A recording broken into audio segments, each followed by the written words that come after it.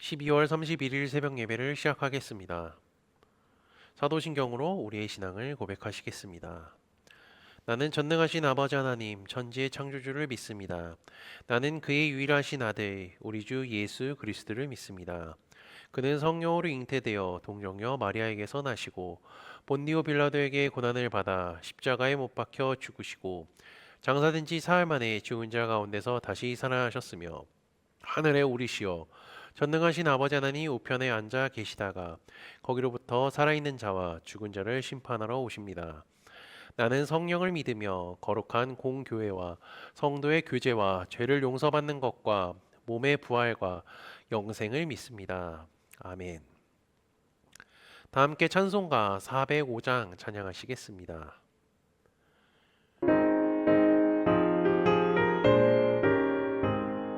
주의 친절한 화려한 기세 우리 마음이 평안하리니 항상 기쁘고 복이 되겠네. 영원하신 화려한 기세 주의 발에 그 크신 화려한 기세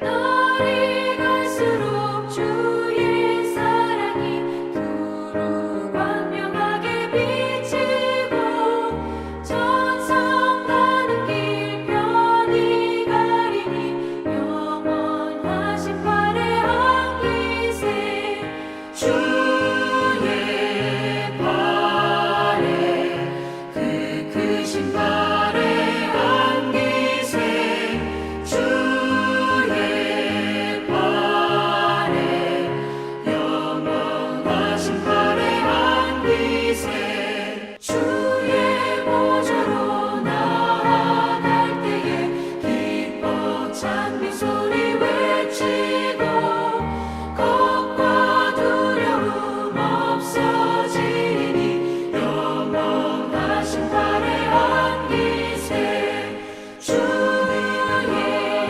좌에 그 크신 화려한 기세 주의 좌에 영원하신 화려한 기세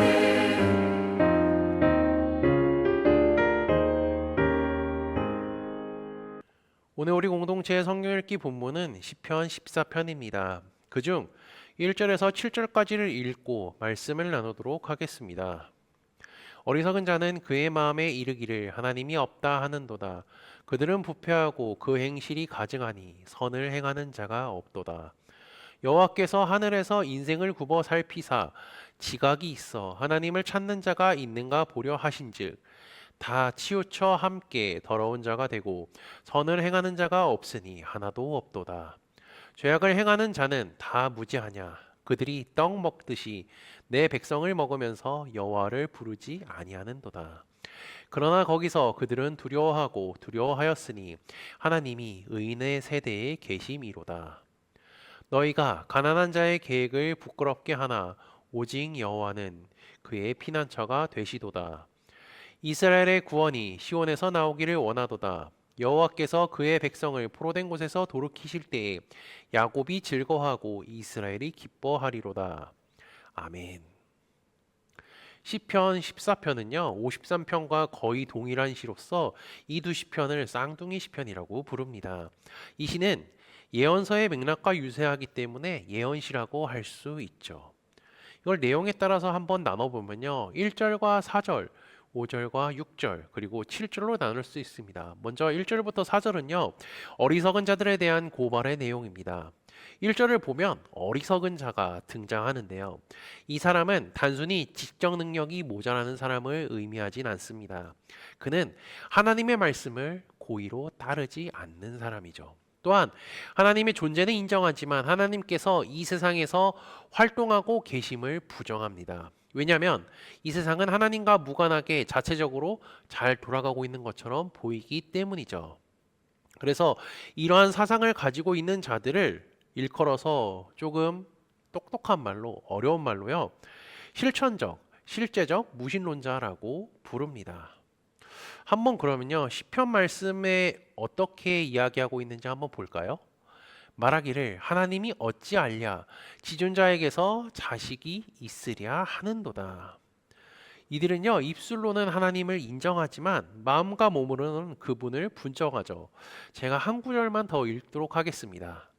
주께서 그들을 심으심으로 그들이 뿌리가 박히고 장성하여 열매를 맺었거늘 그들의 입은 죽기 가까우나 그들의 마음은 머니이다. 이들은요, 신앙 공동체에 속해 있지만 하나님이 계시지 않는 것처럼 인생을 살아가고 있습니다. 그리고 더군다나 가증하고 부패한 행실을 하면서 그 누구도 선을 행하지 않죠. 시인은 2절에서 하나님의 하늘의 왕이시며 재판관이라는 표상을 근거로 삼아 하나님이 역사 속에서 부재한다고 주장하는 이들에 대해 견해를 반박하고 있습니다. 그리고 하나님이 역사하시고 이 세상을 바라보신다는 것을 또 시편 33편에서는 이렇게 이야기하고 있는데요. 여호와께서 하늘에서 굽어보사 모든 인생을 살피시며 하나님은 자신을 가시적으로 드러내지 않은 채로 우리의 인생을 관찰하고 계십니다. 그러면서 그분이 세우신 질서를 따라 살기 위해 애쓰는 자, 즉 하나님을 찾는 자가 있는지 굽어 살피시죠. 3절은 하나님의 관찰 결과에 대해서 나옵니다. 한마디로 다 치우고 선을 행하는 자가 하나도 없다라는 것이죠. 여기서 다는요, 모든 사람들을 얘기하는 것이 아니라 1절에 어리석은 자들의 전체를 이야기하는 것입니다. 실제적으로 하나님을 떠난 이들은요, 결국 악행을 저지르는 사람이 되죠. 시인은 이들에게 억압받는 하나님의 백성과 의인과 가난한 자를 이제 구분합니다. 그리고 4절은요, 이제 어리석은 자의 잘못된 행실을 고발하는 내용이지만 개역개정 성경으로 보면요, 정확한 의미를 파악하기가 어려울 수도 있습니다. 특히 4절 중반절이 그런데요, 이것을 히브리어 원문에 맞춰서 직역하면 쉽게 이해할 수가 있게 됩니다. 우리가 읽었던 성경에는요, 4절 중반절을 보면 그들이 떡 먹듯이 내 백성을 먹으면서라는 부분이 있는데요, 이것을요, 히브리어로 직역하면 이렇게 됩니다. 내 백성을 먹는 자들이 여호와의 떡을 먹으면서. 죄악을 일삼는 자들은요, 하나님의 백성을 함부로 대할 뿐 아니라 하나님이 주시는 떡만 달랑 취하고요, 그 떡을 주신 하나님을 찾지도 않고 그분께 감사하지도 않습니다. 그리고 하나님이 주신 떡을 먹으면서 하나님의 백성들도 자기 마음대로 괴롭히는 것을 또 확인할 수가 있죠. 게다가 자기들에게 복지와 평안을 주신 분이 하나님이심을 알지도 못합니다. 하나님을 인식하지 못하거나 더 나아가서 반각하게 되면요, 인간은요, 자신의 권리와 복지를 챙기는 데만 몰두하게 되고요, 주변 사람들을 돌아보지 못하게 됩니다. 그뿐 아니라 모든 은혜를 주신 하나님을 잊어버리고 그들이 누리는 것을 자신들의 힘과 능력으로 했다는 교만에 빠지게 되죠. 이런 어리석은 자들에게 대한 이 말, 심판의 내용이 5절과 6절에 등장합니다. 그들은 거기서 두려워하고 두려워하였다고 하는데요, 여기서 언급된 거기는 그들이 가난한 의인들을 억압하는 바로 그 순간과 그 장소를 의미합니다. 하나님은 가난하고 약한 자기 백성들이 위협받고 억압받는 장소에 반드시 등장하십니다. 출애굽기 2장을 보면요, 이스라엘 백성들이 애굽에서 고된 노동으로 인하여서 하나님께 부르짖습니다.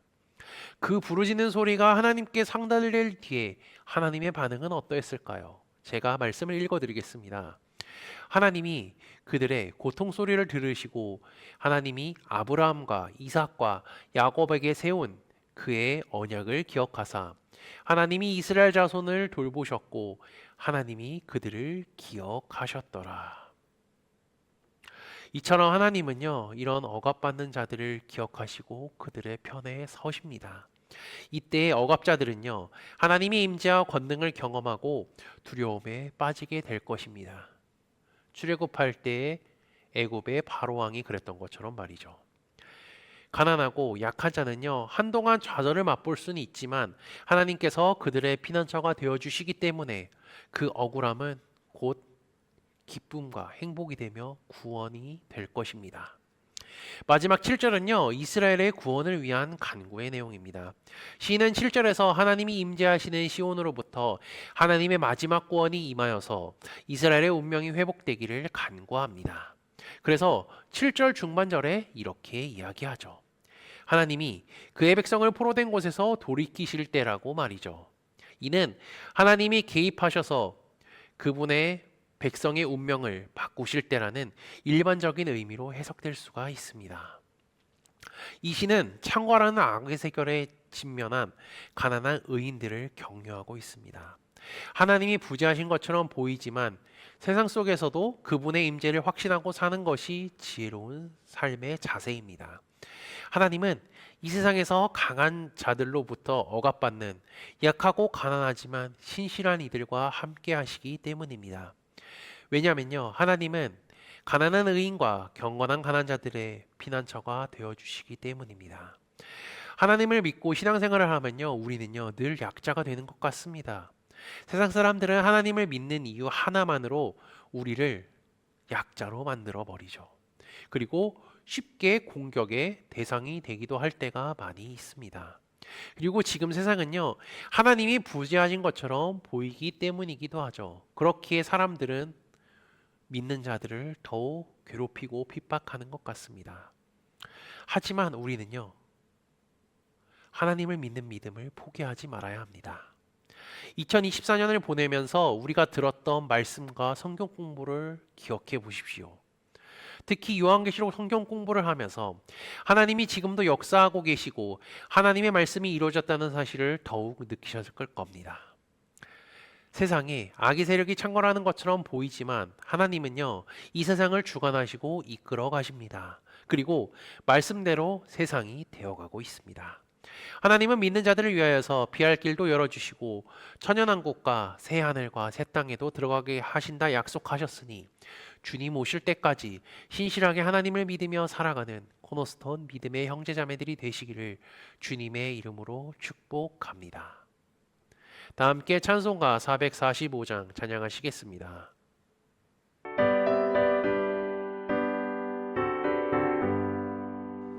세상을 넘어 한국에 가도 믿고온 대로 걸어가면 주께서 항상 지키시기로 약속한 말씀 변치 않네. 하늘의 영광 나의 맘속에 차고도 넘쳐 할렐루야를 힘차게 불러 영원히 주를 찬양하리. 깜깜한 밤에 다닐지라도 주께서 나의 길 되시고 나에게 밝은 빛이 되시니 길 잃어버릴 염려 없네. 하늘의 영광 나의 맘속에 차고도 넘쳐 할렐루야를 힘차게 불러 영원히 주를 찬양하리. 광명한 그빛 마음의 바다 찬란한 천국 바라보고 할렐루야를 힘차게 불러 날마다 빛에 걸어가리. 하늘의 영광 나의 맘속에 차고도 넘쳐 할렐루야를 힘차게 불러 영원히 주를 찬양하리. 다 함께 기도하시겠습니다. 2024년 한 해를 은혜로 보내게 하시고 올해의 마지막 새벽 예배를 드리게 하심에 감사합니다. 올 한 해 하나님께서 베풀어 주신 은혜가 너무나도 많지만 하나님께 감사하지 못했음을 회개합니다. 그리고 하나님께 더욱더 찬양을 올려드리지 못했음을 고백합니다.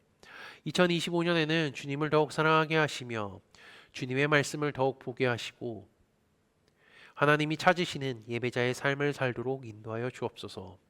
세상은 하나님을 믿는 그리스도인들을 향하여서 괴롭히고 억압하기도 하며 불이익을 줄 때가 너무나도 많습니다. 그렇지만 그것에 굴복하는 것이 아닌 이 세상을 통치하시고 주관하시는 하나님이 늘 함께 하신다는 사실을 잊지 않게 하시고 우리의 피난처 되시는 주님만 의지하며 살아가게 인도하여 주옵소서. 지난주 말씀을 기억하며 기도합니다. 이 세상을 주관하시고 이끄시는 하나님이 우리와 늘 함께 하신다는 사실과 믿는 자들을 지키신다는 사실에 감사하며 살아가게 하시고 주님의 강한 손과 펴실팔로 우리를 인도하여 주심에 감사하는 우리가 되게 하옵소서. 그래서 2025년에는 범사에 감사가 넘치는 삶을 살도록 하옵소서. 예수 그리스도의 이름으로 기도합니다. 아멘. 이 시간 합심으로 기도할 제목들을 나눕니다. 먼저 깨어있는 신앙과 하나님 나라를 사모하고 주님의 다시 오심을 기다리며 살도록 기도하시고 지금 당하고 있는 어려움을 극복할 수 있는 믿음과 지혜를 위해 기도하시기 바랍니다.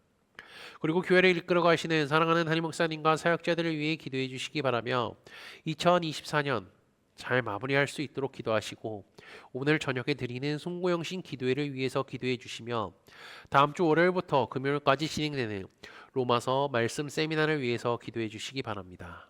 그리고 우리 소그룹 원들을 위해 환호의 건강과 회복을 위해 각자 가지고 계신 기도의 제목들 놓고 기도하시기를 바라며 오늘도 주 안에서 승리하십시오.